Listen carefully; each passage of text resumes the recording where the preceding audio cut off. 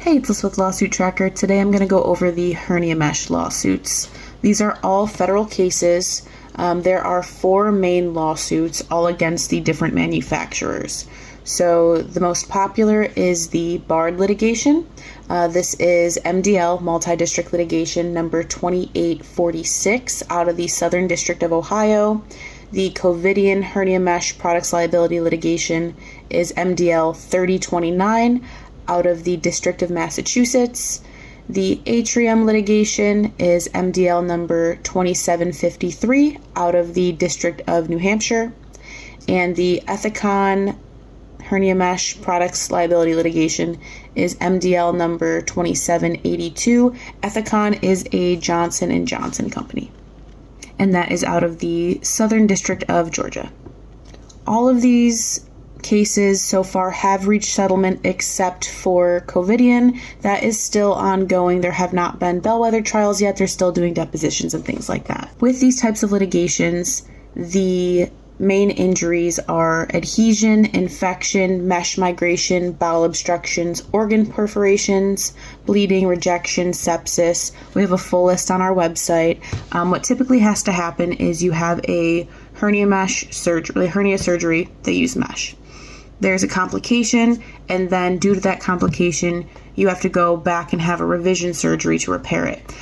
The lawyers end up using your medical records and that revision surgery as proof of injury. So if you had a hernia mesh surgery and then there was a complication but no revision, many law firms don't take cases like that. Doesn't mean all of them won't, but it's typical that the revision surgery is required. Different law firms are going to have different cutoff dates from when your first surgery had to be or when your revision surgery was.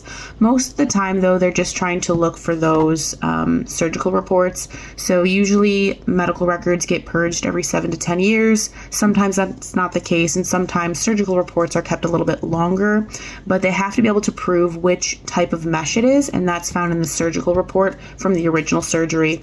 Then they'll use the surgical report from your revision surgery to say, hey, it perforated an organ, that's why they had to remove it, and that'll be all documented.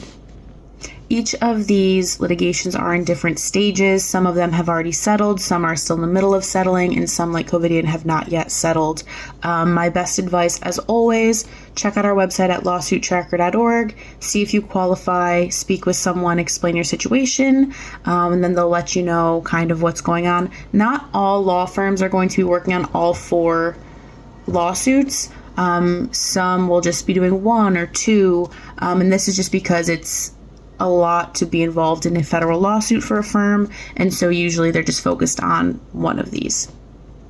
In these types of litigations, there are different damages that you can sue the manufacturers for. Typically, these are going to be things like medical bills, loss of income, loss of quality of life, pain and suffering, legal fees and costs. They'll use different documentation to provide evidence for different things. So obviously all of your medical bills are documented. If you were out on disability, you'd have to provide that paperwork. But if you end up participating in this lawsuit, an attorney will go over everything with you.